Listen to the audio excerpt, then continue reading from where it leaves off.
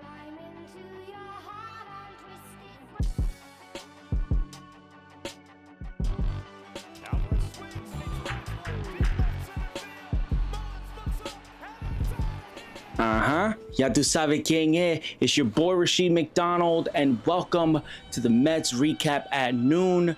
Last night, the New York Mets took on the Arizona Diamondbacks, and it was a little bit of that roller coaster ride that the Mets have been going on since the end of April, head and spilling basically into the month of May. And every time I look at a season, when you look at a season, when anyone looks at a season, especially in Major League Baseball, it's always month to month, week to week, day to day. Sometimes even inning by inning. And last night was the perfect example of that. The Mets have been going through that a lot. We're going to get into those numbers as to what specifically the Mets are struggling in the area that they're struggling in. And we're going to get into your recaps and reactions. But first, ya tu sabe, let's get to the highlights. Mets taking on the Diamondbacks, and both teams looking to get on the right page as they both lost series over the weekend. Picking this one up top for Pete Alonso. That one ain't coming back. Gone. Gives the Mets the lead. Pete Alonso having himself a season right now. Let's talk a little bit about Griffin Canning.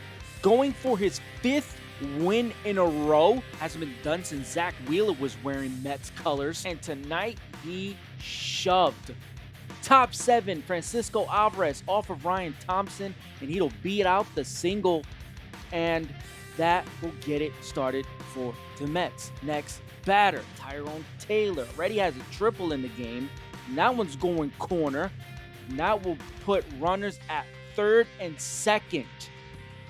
The second extra base hit of this game. Francisco Lindor. Last time he was in Arizona in crunch time, hit a go-ahead home run. This time, more of the same. Let's go swimming. 3-run placata for Francisco Lindor gives the Mets the 5-1 lead. Everyone is happy, but not for long. Bottom 8, Daniel Nunez hasn't pitched since last season, walks first batter. Walks the next batter. And he's going to walk the third batter as well. Bases loaded, no one out for the Diamondbacks. New pitcher in. And guess what? Josh Naylor says, I don't care. Perdomo will score. And the bases are still loaded for Gino. Let's go get this man. Hits it high off the wall. 2 runs will score, but Josh Naylor doesn't make his way to third. Fans are excited. Bottom of the 9th, Edwin Diaz. Alec Thomas is going to get the hit to first, and he's going to beat it out for the single. As we take another look, gets there right on time. Later in the at-bat, tries to steal second, but Francisco never fails. Look at how close that play was. Tagged him on his left foot. Runner is out. Now it's all up to Corbin Carroll. Last time he saw Edwin Diaz hit a bomb off him, but not tonight. Diaz gets the out. Mets win. Tonight, David Peterson is going to go up against Zach Gallen. In his last start against the Mets, Zach Gallen went 6 innings and struck out 8. Only allowing 2 hits. The Mets got him for 1 earned run, and he gave up 3 walks as well. And for David Peterson, he also picked up a win against the Arizona Diamondbacks. He went 5 innings, allowing 5 hits. They got him for 1 earned run, and he only struck out 2 batters in that game. The ground ball was working all game long. It was one of his bounce back starts after getting roughed up a couple of times and just being really unbalanced in his last couple starts before the Arizona start. But tonight, he's going out there again against the Arizona Diamondbacks, and the Mets are looking to win this series. And when we're talking about series, the Mets have lost 2 series in a row. And they're looking to kind of just end that, not make it a thing, not make it a streak. Because, in Major League Baseball, winning streaks it's a good week or a good couple of weeks or maybe a good month. But winning series after series after series after series, that's the way you try to stack up wins in baseball. This is not the NFL. This is not the NBA. It's a completely different game. So getting series wins are important. Now, that doesn't mean if they lose tonight's game that all hell is going to break loose. But it would benefit them if they actually did win the game tonight. Because there's just a lot going on with the Mets as far as hitting with runners in scoring position, which is something that it seemed like they've kind of got better at last year, but this is something that's just coming back again, and it's biting them in the butt. I mean, when you look at the numbers, right, we're talking, and this is just with runners in scoring position, they've had 372 plate appearances, which is 6th in all of Major League Baseball. They have a batting average of .229, which is 24th in all of Major League Baseball, and a batting average with balls in play is at a 2.52, and a big shout out to JustMets.net for that. But when you look at those numbers, that's where the problem is with these New York Mets. It's hitting with runners in scoring position. This is something that I thought was going to be remedied by the signing of Juan Soto, because it'll get more runners on base, but it'll put other guys in positions to get those hits and score more runs. And that's just not the case, especially when the lineup is getting turned over, which is happening, right? The bottom of the order is turning over the lineup with the return of Francisco Alvarez, who has been absolutely killing it since making his return, especially defensively, as he saved the game last night.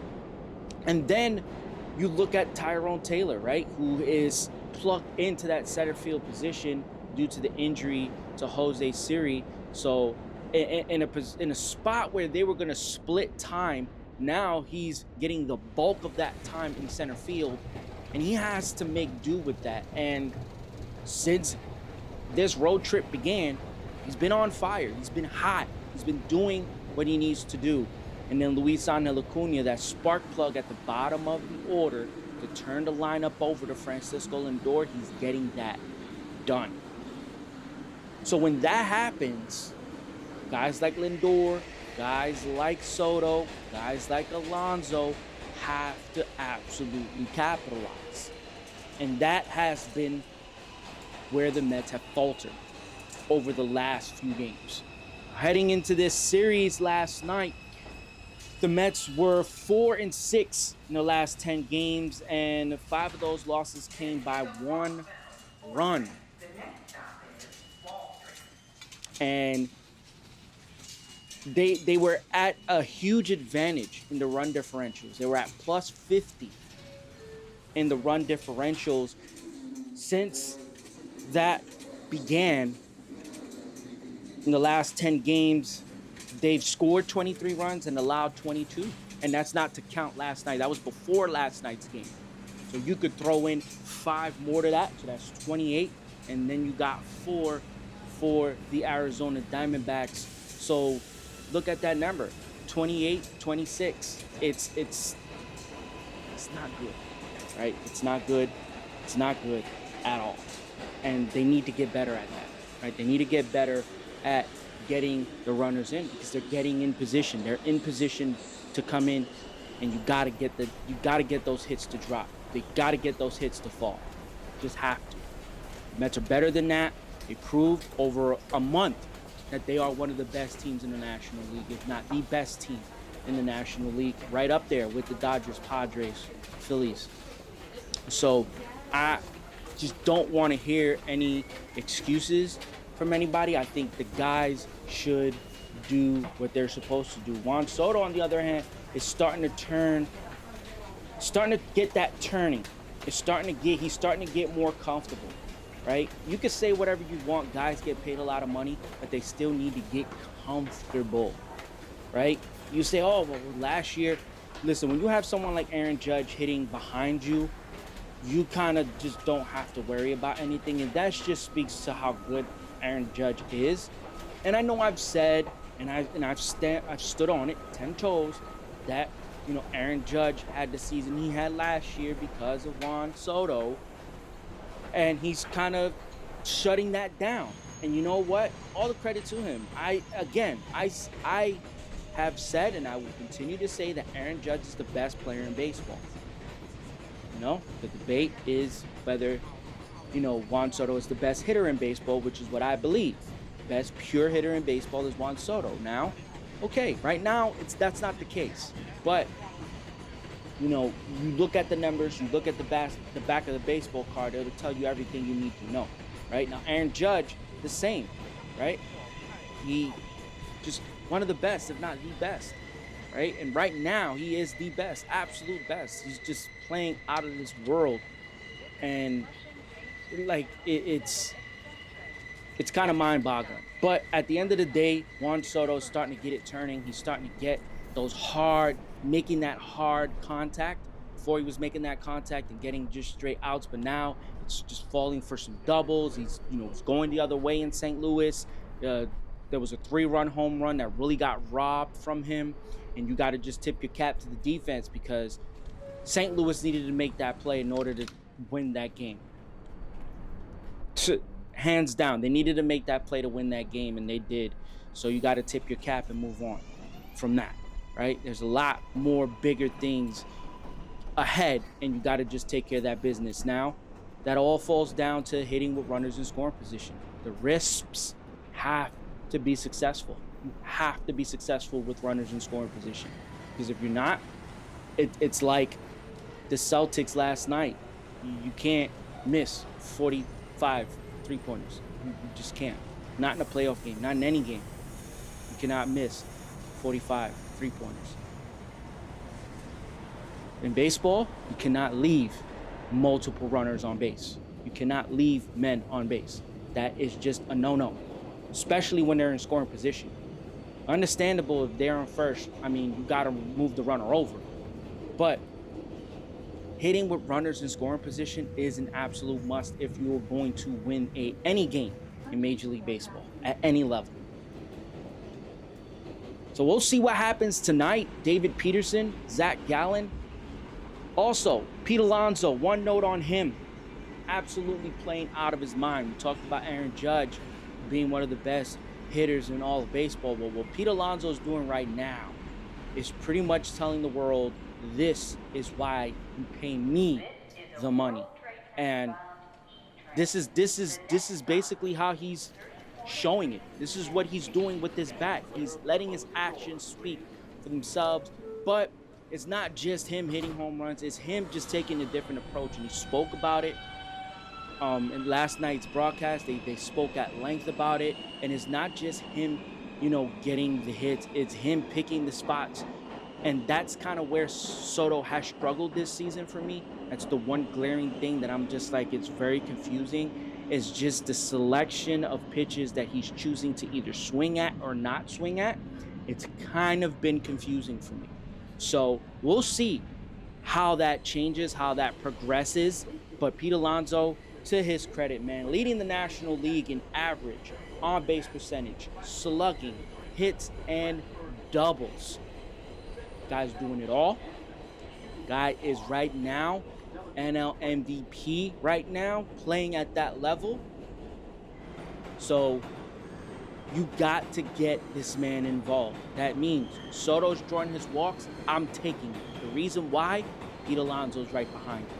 And if he's firing on all cylinders, we need as many people on base as we can get for him.